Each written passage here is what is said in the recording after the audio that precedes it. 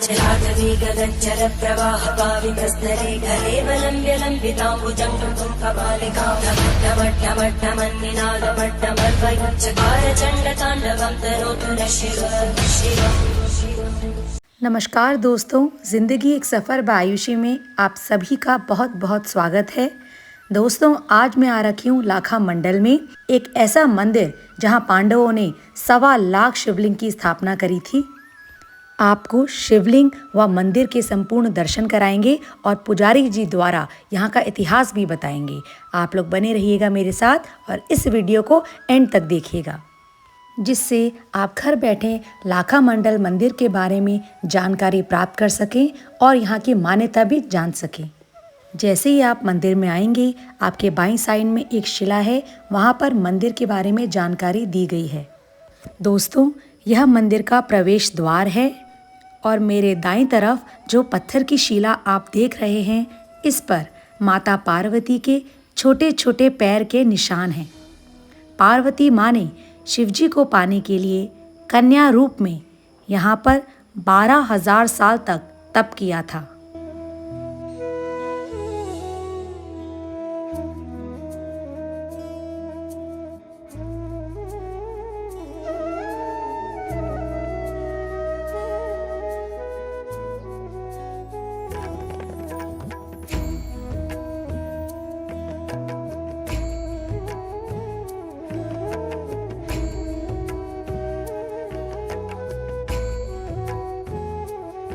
यह जो आप शिवलिंग देख रहे हैं, ये सतयुग का है, जिसकी खोज गाय माता ने की थी।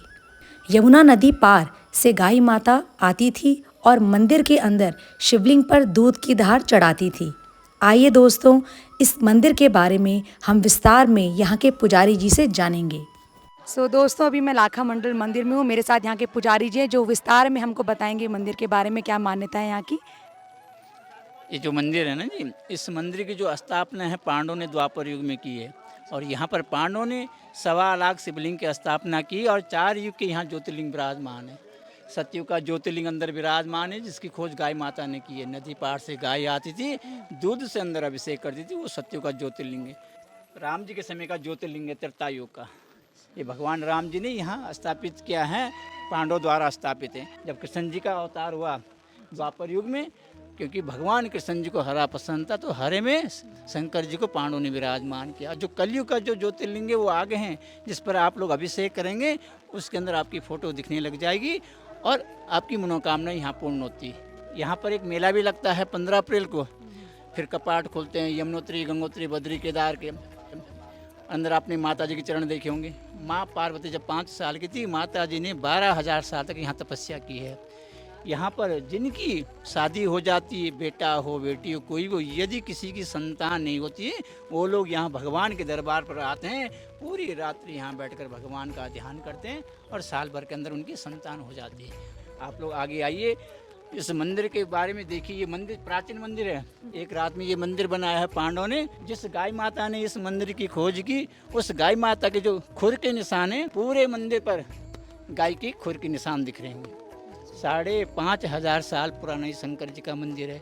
ऐसा ही मंदिर आपको केदारनाथ में विराजमान मिलेगा। और यहाँ पर पांडवों को जलाने के लिए कौरवों ने जो लाख का महल बनाया, वो भी इसी स्थान पर है।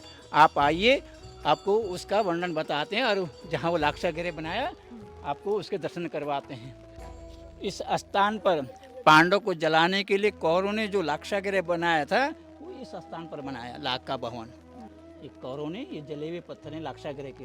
जैसा कि अभी हमें पुजारी जी ने बताया, कौरवों ने पांडवों को जलाने के लिए यहाँ पर लाख का महल बनाया था। जैसे ही विदुर जी को इसका ज्ञात हुआ, विदुर जी ने चूहे का रूप धारण करके यहाँ पर एक सुरंग बनाई। दोस्तों, ये सुरंग जो आप देख रहे हैं, ये सीधा नीचे पांडव गुफा है, वहाँ निकलती है। इस सुरंग के माध्यम से सारे पांडवों को यहाँ से निकाला गया और पांडव गुफा पहुँचाया गया। और ये जो आप देख रहे हैं, ये हैं वीरभद्र, जो कि शिव जी ने बनाए थे। सतयुग में राजा दक्ष के यहाँ जब यज्ञ हुआ था, तो उसमें सभी देवताओं को बुलाया था, परंतु शंकर भगवान और माता सती को निमंत्रण नहीं दिया था। सती माता अकेली ही यज्ञ में जाती हैं, तो वहाँ उनका अपमान हो जाता है। वो यज्ञ में कूदकर भस्म हो जाती हैं। शंकर जी को जब ये पता चला तब उन्होंने अपनी जटा से ये दोनों वीरभद्र बनाए। सतयुग में ये दोनों वीरभद्र के नाम से जाने जाते हैं। जब राम जी का अवतार हुआ त्रेता युग में, तब ये दोनों जय विजय बन जाते हैं, और द्वापर युग में जब कृष्ण जी का अवतार हुआ तब ये दोनों द्वारपाल बन जाते हैं। और दोस्तों, इस कलयुग में ये दोनों देव और दानव बन जाते हैं। इस लाखा मंडल में हमारे 24 गांव आते हैं। 24 गांव में जिस भी आदमी की मृत्यु होती थी उसको यहाँ रखा जाता था। अच्छा, यहाँ पर जी, फिर पंडित जी गंगा यमुना जल लाकर जैसे जल का छेड़ा मारा, वो प्राणी 2 पल के लिए यहाँ जीवित होता था। तब पंडित जी अपने हाथों से उस प्राणी की पितृ पूजा करते थे, तब उसे वैकुंठ की प्राप्ति होती है। पांडवों को लगता है पितृदोष, तो भगवान कृष्ण जी कहते हैं धर्मराज जी को कि आप शंकर की स्थापना करें, तब तुम्हें पितृदोष से मुक्ति मिलेगी। तो पांडव इस देवनगर में आए, ये मंदिर बनाया, जो सामने वाला जो मेन मंदिर है, एक रात में इसको विराजमान किया है। दोस्तों, ये जो आप देख रहे हैं ये 5 पांडव हैं। पांडवों ने ये स्थान एक रात में बनाया था। कहा जाता है जब रात में पांडव यह स्थान बना रहे थे तब रात खुल गई और यह स्थान अधूरा ही रह गया। उस समय से आज तक यह मंदिर अधूरा ही है। ये हैं धर्मराज युधिष्ठिर महाराज जी, 5 पांडव जिन्हें कहा जाता है। ये अर्जुन रूप में विराजमान है, ये भीम रूप में है, वो सदैव हैं, नकुल हैं, 5 पांडव हैं। कलियुग के 4 चरण हैं, अभी दूसरा चरण प्रारंभ है। जब घोर कलियुग आएगा तो मनुष्य के लिए अन्न नहीं होगा। तो बताते हैं इस जगह पांडवों ने मनुष्य को जीवित रखने के लिए धन और अन्न, इसमें संपूर्ण जगत के लिए भंडार भरा हुआ है। जब घोर कलियुग आएगा तो अपने आप यहाँ से निकलना शुरू हो जाएगा, इस जगह से। ये बड़े भाई हैं धर्मराज जी, ये चारों भाई उनके बाहर हैं। कहते हैं कि इन्होंने ही भगवान शिव की स्थापना की है यहाँ पर। इस लाखा मंडल में जब जब खुदाई होती है तो ये अवशेष निकलते रहते हैं, जो आपके सामने विराजमान है। ये देखिए आप, ये मंदिरों का अवशेष है। यह कहते हैं कि यहाँ पांडवों ने 365 मंदिर बनवाए हैं।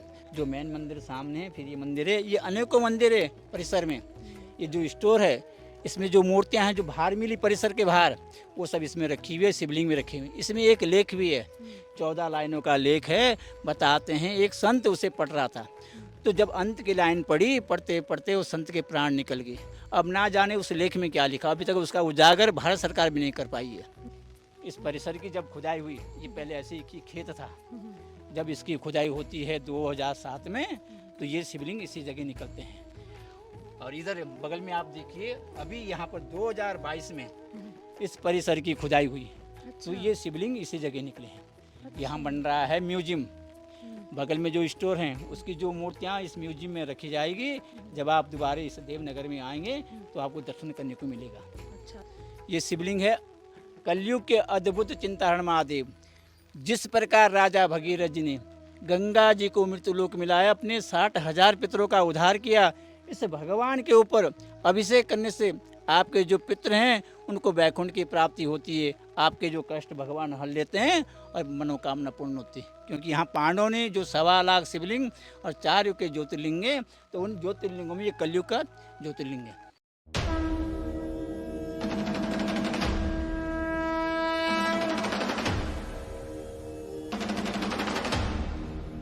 आप लोगों की 4 धाम की यात्रा इस आदि केदार से द्वार से जो शुरू हुई है, भगवान से प्रार्थना करते हैं आप लोगों की यात्रा मंगलमय हो, आप लोगों का परिवार फले फूले, भगवान आपकी मनोकामना पूर्ण करें। बोलिए शंकर भगवान की जय, आदि केदारनाथ की, 5 पांडवों की, 4 युग के ज्योतिर्लिंगों की, देवी देवताओं की, महाकाली की। तो इसके बाद आप ये देखिए, ये महाकाली हैं।